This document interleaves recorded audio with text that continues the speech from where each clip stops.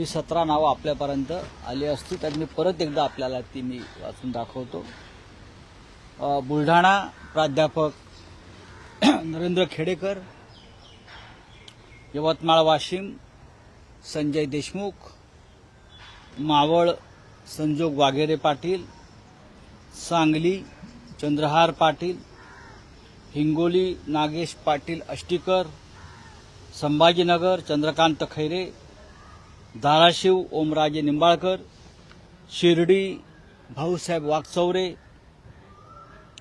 नाशिक राजाभाऊ वाजे, रायगड अनंत गीते, सिंधुदुर्ग रत्नागिरी विनायक राऊत, ठाणे राजन विचारे, मुंबई ईशान्य संजय दिना पाटील, मुंबई दक्षिण अरविंद सावंत, मुंबई वायव्य अमोल कीर्तीकर, परभणी संजय जाधव आणि मुंबई दक्षिण मध्य श्री अनिल देसाई अशा 17 नावांची घोषणा माननीय शिवसेना पक्षप्रमुख उद्धव ठाकरे साहेबांनी केलेली आहे आणि एकूण 22 जागा शिवसेना लढते साधारण।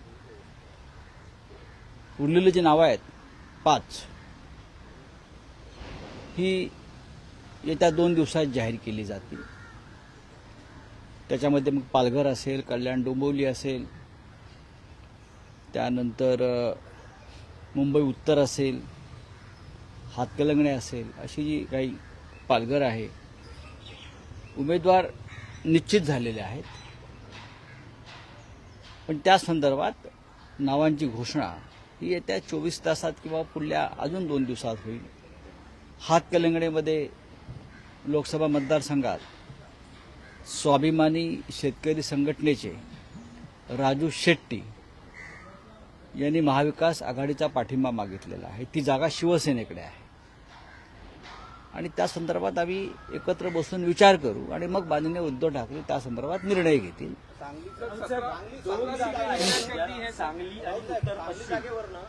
सांगली काँग्रेसचा दावा आहे, उत्तर पश्चिम मध्ये काँग्रेस मुंबई माजी अध्यक्ष संजय निरुपम हेही दावा करतात। त्या 2 जागा तिढ्याच्या आहेत, तुम्ही घोषित कोणताही तिढा नाही। शिवसेनेनं ज्या अर्थी या जागांवर उमेदवारांची घोषणा केलेली आहे त्या अर्थी तिथे कोणताही तिढा आहे आम्हाला असं वाटत नाही। आता रामटेक ही आमची सिटिंग जागा होती, आपण पाहिलं असेल। रामटेकला आमचे खासदार गेल्या 4 किंवा त्यापेक्षा जास्त वेळा निवडून आलेत। म्हणजे अगदी रामटेकला सुबोध मोहिते, त्यानंतर प्रकाश जाधव, हे 2 तर आहेतच आधीचे, कृपाल तुमाणे। ही जागा आम्ही सातत्याने लढतोय आणि जिंकतोय।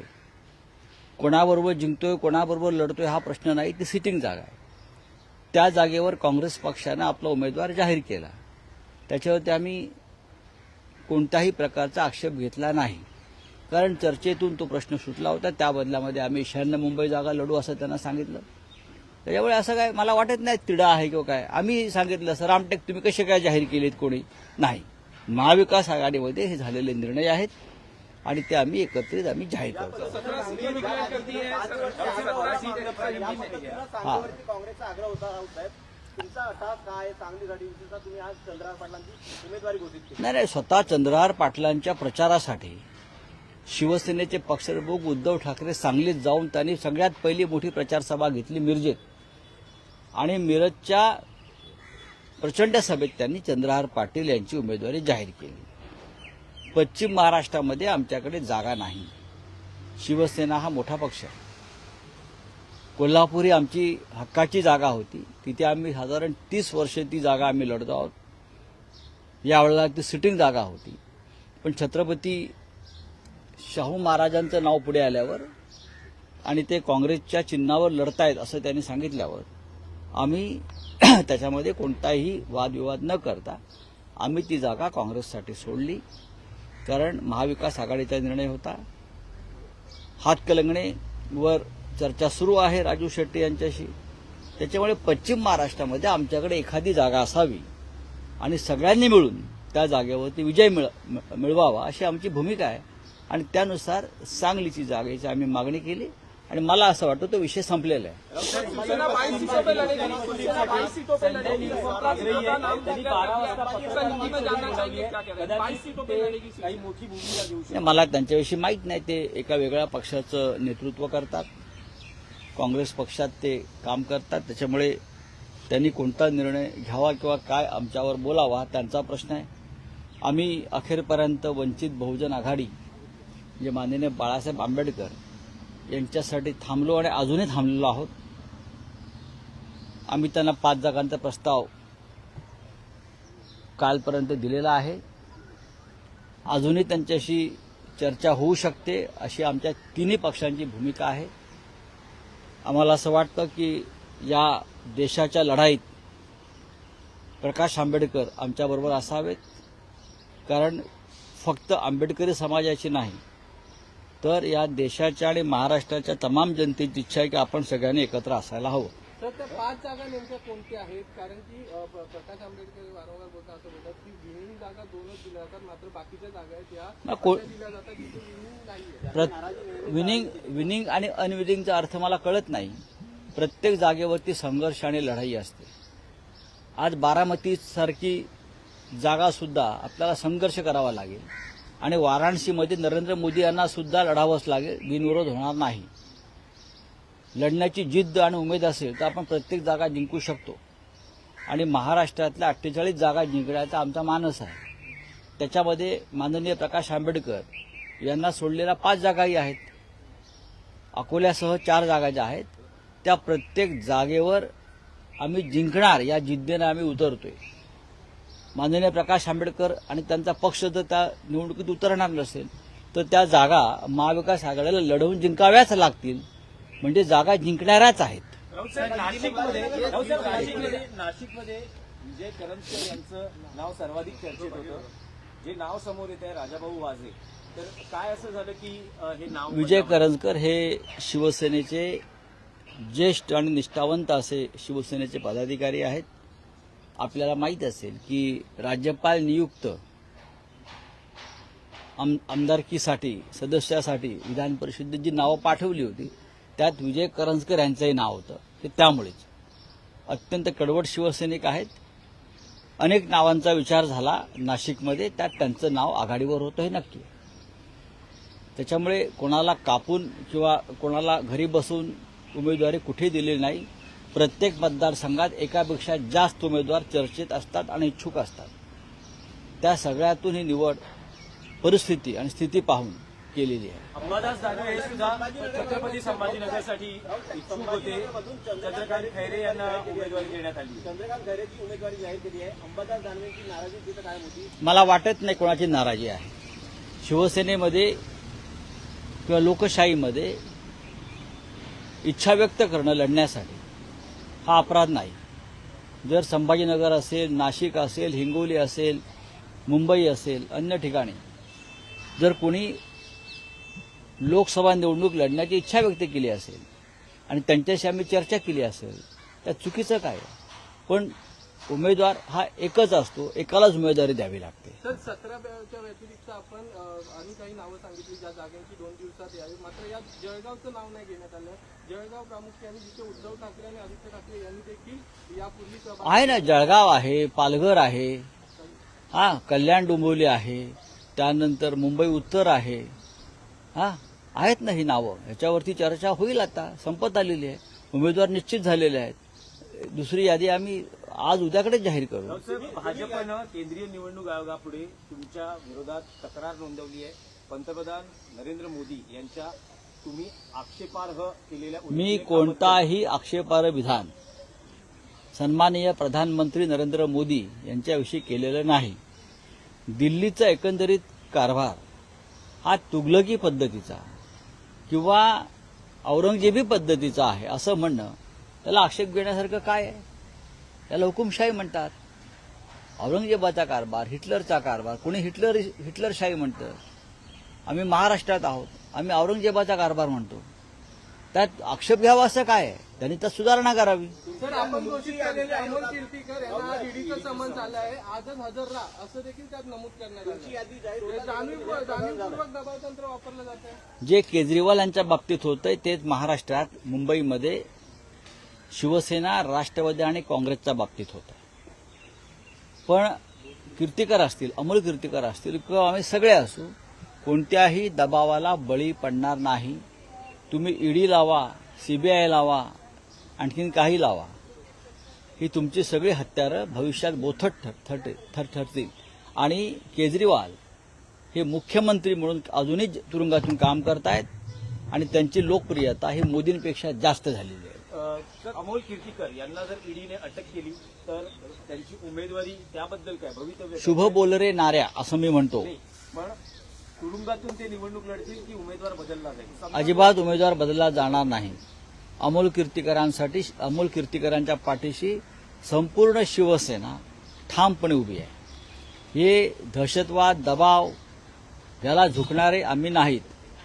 जे जायचे डरपोक ते निघून गेले. आम्ही लढणारे लोक आहोत. त्यात अमोल कीर्तीकर आहेत. आम्ही लढू आणि वायव्य मुंबईची जागा जी अमोल कीर्तीकरांची उमेदवारी आम्ही जाहीर केली आहे तिथे त्यांचीच उम्मीदवारी कायम राहील. आज हमने शिवसेना की तरफ से 22 उम्मीदवारों की घोषणा की है. 17 हम 22 लड़ेंगे और 17 की घोषणा की है. आपको पता होगा इसमें मुंबई है और महाराष्ट्र के बहुत से इलाके से हमने आज उम्मीदवार घोषित किए हैं. जो मैं आपको अगर चाहे तो लिस्ट पढ़ के बताता हूं. बुल्ढाना से नरेंद्र खेडेकर जी है, यवतमाळ वाशिम संजय देशमुख, मावळ संजोग वाघेरे पाटील, सांगली महाराष्ट्र केसरी डबल महाराष्ट्र केसरी चंद्रहार पाटील, हिंगोली नागेश पाटील अष्टीकर, संभाजीनगर चंद्रकांतजी खैरे, धाराशिव ओमराजे निंबाळकर, शिर्डी भाऊसाहेब वागचौरे, नाशिक राजाभाऊ वाझे, रायगड अनंत गीते, सिंधुदुर्ग रत्नागिरी विनायक राऊत, ठाणे राजन विचारे, मुंबई नॉर्थ ईशान्य संजय दिना पाटील, मुंबई साऊथ मुंबई दक्षिण अरविंद सावंत, मुंबई नॉर्थ मुंबई वायव्य अमोल कीर्तीकर, परभणी संजय जाधव और मुंबई दक्षिण मध्य अनिल देसाई. ये हमारे 17 के साथ मतभेद जो चल रही थी, जो सीटों को लेकर सर 5 सीटें बाकी है, जिसमें पालघर है, कल्याण डोंबिवली है, जळगाव है, ये है मुंबई नॉर्थ वाली सीट है और हाथकलंगने है. ये 4-5 सीटें हैं. आज शाम तक उसका फैसला हो जाएगा. उम्मीदवारों का चयन हो गया है, घोषित करना बाकी है. हाथकलंगने सीट के बारे में राजू शेट्टी जी से बातचीत चल रही है. वो चाहते हैं कि महाविकास आघाड़ी उनको सपोर्ट करे. प्रकाश आंबेडकर की तरफ से अभी तक कुछ? देखिए, प्रकाश आंबेडकर जी के साथ हमने कल तक चर्चा की है और आज भी करेंगे. हमने उनको 5 सीटों का प्रस्ताव दिया है और बातचीत 5 के आगे भी बढ़ सकती है. और हम चाहते हैं कि इस अग्नि परीक्षा की घड़ी में, इस संघर्ष की लड़ाई में प्रकाश आंबेडकर जी देश और संविधान रक्षा के लिए हमारे साथ उनकी ताकत रहे. ये देश की जनता की भावना है. सर, मुंबई बीजेपी ने इलेक्शन कमीशन को लेटर लिखा है. आप जो औरंगजेब वाला मामला आपने, मैंने किसी को व्यक्तिगत तौर पर टिप्पणी नहीं की है. जिस तरह से दिल्ली का कारोबार चल रहा है वो औरंगजेब की तरह चल रहा है, इतना ही मैंने कहा है. देश में लोकतंत्र है. मैंने उसमें क्या किया है, गलत क्या किया है? सर, मुंबई की कांग्रेस के साथ जो बातचीत चल रही हाँ। थी, क्या वो रुक गई है? कांग्रेस के साथ सांगली और साउथ सेंट्रल को लेकर जो मुद्दा चल रहा था, क्योंकि सीटें उन्हें भी चाहिए थी, वही वाली. होता है, पूरे देश में ऐसा होता है. जब हम महाविकास आघाड़ी या किसी गठबंधन एनडीए इंडिया में बैठते हैं तो सीट शेयरिंग के बारे में हर पार्टी अपना अपना दावा करती है. लेकिन हमारी बातचीत अब खत्म हो गई है. कांग्रेस के साथ बात नहीं हो. मैं महाविकास आघाड़ी की बात करता हूँ. मैं किसी एक पार्टी की बात नहीं करूंगा. महाविकास आघाड़ी में हमारी बातचीत लगभग खत्म हो गई है. और देखिए, अभी रामटेक है. रामटेक हमारी सिटिंग सीट थी. अब कल कांग्रेस ने उनका उम्मीदवार का पर्चा भी भरा है. तो हमने क्या पूछा, ठीक है ना, बातचीत हो गई थी. रामटेक कांग्रेस को देना था, कांग्रेस ने अपना उम्मीदवार घोषित किया. अब जो सीटें हैं जो शिवसेना के खाते में आई है वो हम घोषित करेंगे। सर, मुंबई की 6 लोकसभा सीटें हैं, 4 पर आपका ऐलान हो चुका है, 2 के लिए कांग्रेस आ गई थी। क्या कहना चाहेंगे? क्या हम मान लें कि 2 सीटों पर कांग्रेस लड़ रही है? बात ऐसी है, कांग्रेस के बारे में हमारी बातचीत पूरी हो गई है मुंबई के बारे में, और जो बातें हमारी बंद दरवाजे में हुई है मैं यहां खुलकर बात नहीं करूंगा, और लगभग सबका समाधान हो गया है। सर, भगतसिंग कोश्यारी यांनी अंबानींकडनं देणग्या घेतल्या असल्याची माहिती आता फक्त अंबानी, अजून काही नावं येतील। राजभवनामध्ये कुठे रोखे घोटाळा सुरू होता, तर कुठे डोनेशन घोटाळा सुरू होता। राजभवनात बसून राज्यपाल एक तर सरकार पाडत होते किंवा उत्तराखंडमधला त्यांच्या संस्थांसाठी इथे बसून देणग्या गोळा करत होते। हा अनैतिक असा कारभार राजभवनातून सुरू होता। याच्यावर खरं म्हणजे भारतीय जनता पक्षाने एक भूमिका स्पष्ट केली पाहिजे की राजभवनामध्ये सुद्धा खंडणी सत्र सुरू होतं का त्या काळामध्ये। महत्त्वाचं असं पद आहे राज्यपाल आणि या महत्वाचं घटनात्मक पद आहे, त्या पदाचा गैरवापर करून राज्यपाल भगतसिंग कोश्यारी हे आमदारांवर दबाव आणत होते, आमदारांना आमिष दाखवत होते, बेकायदेशीरपणे सरकार पाडण्याच्या हालचाली करत होते, हे सर्वोच्च न्यायालयाने सांगितलं आहे। आणि राजभवनात बसून पदाचा गैरवापर करून कोट्यवधी रुपये गोळा करत होते, हे माहितीच्या अधिकारामध्ये स्पष्ट झालं आहे। चलिए, thank you. Misuse of Raj Bhavan, पूरी तरह से घटनात्मक पद पर बैठी हुई व्यक्ति राजभवन में अपने स्वार्थ के लिए, निजी स्वार्थ के लिए बड़े बड़े उद्योगपति से करोड़ों रुपए जमा कर रही थी। ये एक्सटॉर्शन था। ये महाशय जो विधायक थे उनको लालच दिखा रहे थे, बुलाकर आप पार्टी छोड़िए, आप बीजेपी में जाइए। ये महाशय सरकार गिराने के लिए पूरी तरह से कोशिश राजभवन में बैठकर कर रहे थे। हाँ, ये महाशय और बहुत कुछ वहां कर रहे थे, आपको मालूम है। अब एक मुद्दा सामने आया कि उद्योगपति से जिस तरह से पैसा जमा किया है करोड़ों रुपया, उसका हिसाब जनता के सामने आना चाहिए। ये बीजेपी की जिम्मेदारी है, वो बीजेपी के आदमी थे। अमोल कीर्तिकर को सम्मान भेजा गया है। अमोल भरत कीर्तिकर को गोगावलेंचं एक विधान आलं आहे की आमचं आणि भाजपचं बरं चाललं होतं, एनसीपी अजित पवारांना बरोबर घेतल्यानं आता त्यांना बरोबरीचा वाटा द्यावा लागेल, त्यांना घ्यायची काही गरज नव्हती। मग आता भिंतीवर डोकं फोडून घ्या, हमें क्या बोलना। अमोल कीर्तिकर को सम्मान भेजा गया है। अमोल कीर्तिकर जी